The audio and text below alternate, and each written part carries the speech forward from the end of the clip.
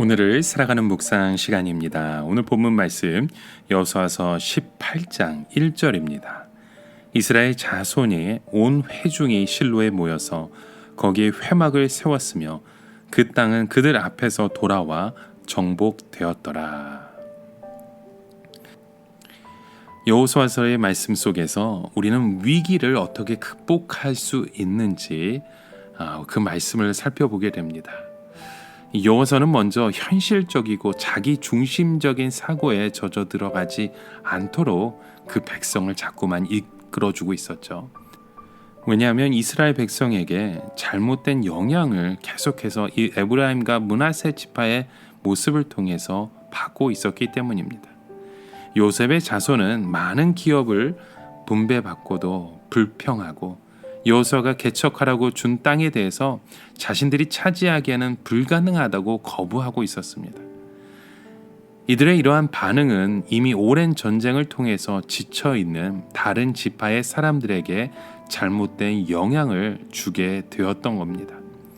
과거에서 현재에 이르기까지 가장 영향력 있고 솔선수범한 요셉의 자손들이 이토록 힘들어하고 계속 정복하면서 전쟁하는 것을 거절하고 두려워하는 것을 보면서 다른 사람들의 마음속에도 같은 생각이 들기 시작했던 것입니다. 믿음의 생각보다, 사명의 생각보다 인간적인 그 편안함과 안락함을 받아들이게 된 것이죠. 사실 요셉의 지파의 영향력은 대단했습니다. 이스라엘이 남북으로 나뉠 때 에브라임 지파에서 솔로몬을 반역할 때 12지파 중에서 11지파가 여기에 함께 참여하게 되었죠.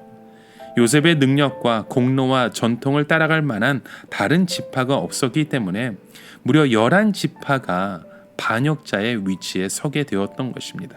그 중심에 에브라임 지파가 있었습니다. 여호수아는 이들의 영향력을 알았습니다. 그래서 가장 중요한 결단을 하게 되었던 것입니다. 모든 정권과 정책을 세우는 곳을 전쟁과 정복의 상징처럼 여겼던 길가야에서 실로라는 곳으로 바꾸어 버린 것입니다. 길갈은 정복과 분배를 가능케 했던 장소입니다. 이곳에서 요셉의 후손이 불평하고 원망을 하면서 여호수아의 지시를 거부할 때 이 영향력이 이스라엘 공동체 전체에 위기를 갖고 오게 된 것입니다.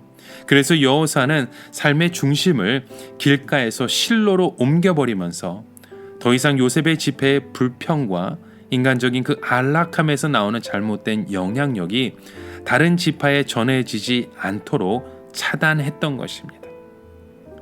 여러분, 사람은 옳은 것을 선택하기보다는 편한 것을 선택하게 됩니다.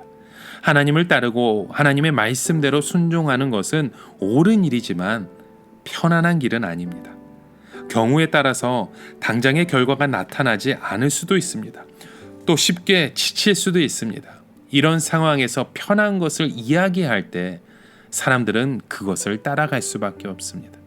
더구나 백성을 믿음으로 권면하고 용기를 주고 다시 한번 하나님의 비전과 약속을 바라보도록 해야 할 위치에 있는 사람들의 불평과 원망은 이 공동체 전체를 위기에 빠뜨리게 됩니다. 현실을 보게 하고 자신의 지쳐가는 모습과 연약함을 보게 할 때 사람들은 깊은 공감을 하면서 비전과 용기를 잃어버리는 것이죠. 결국 에브라임 지파는 하나님이 언약으로 주신 땅을 다시는 차지하지 못했습니다. 그리고 그들의 이야기를 듣는 백성들도 함께 복을 받지 못하도록 만들었던 것입니다. 역사 속에서 하나님의 뜻과 반대되는 결정과 선택을 함으로써 자신뿐만이 아니라 이스라엘 공동체를 분열과 다툼으로 몰아넣게 된 것입니다.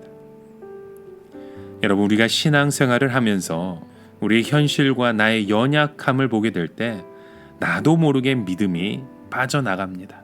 믿음이 약해지면 비전 대신 현실이 보이고 하나님이 행하시는 일에 대한 기대 대신에 자신의 연약함에 눌리게 됩니다. 그래서 직분자나 오래 믿은 사람들이나 사람들에게 인격적인 그 존중과 신뢰를 받는 분들에게 중요한 것은 힘과 용기를 잃고 비전이 흐트러진 공동체를 다시 믿음으로 격려하는 것입니다. 이것이 먼저 부름받고 세움을 받은 우리의 책임이라는 것입니다. 여러분, 믿는 사람들에게 이 그 믿음이 견고해지도록 우리가 영적으로 도전을 주고 또 영적인 교제를 나누는 일에 힘쓰시길 바랍니다. 그리고 믿지 않는 사람들에게는 복음의 때를 얻든지 못 얻든지 주의 복음을 전하며 거룩한 영향력이 나타나도록 기도하시길 바랍니다.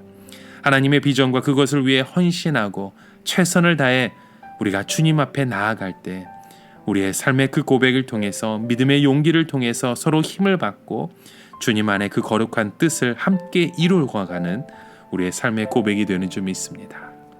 오늘도 이러한 삶의 고백을 통해 주님과 함께 일어나 선포하며 나아가시는 저와 여러분의 믿음의 고백이 되어 주시길 주님의 이름으로 간절히 축원합니다.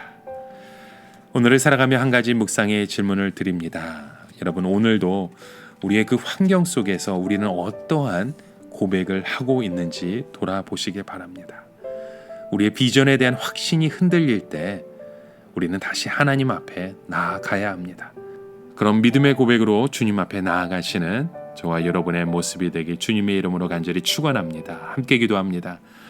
하나님 아버지, 오늘 나의 그 현실과 나의 연약함을 바라보는 것이 아니라 주님을 향한 그 비전을 바라보게 하시고 우리의 삶 가운데 행하실 놀라운 일들을 기대함으로 소망하는 우리 믿음의 고백되게 하여 주시옵소서. 예수님의 이름으로 기도드립니다. 아멘.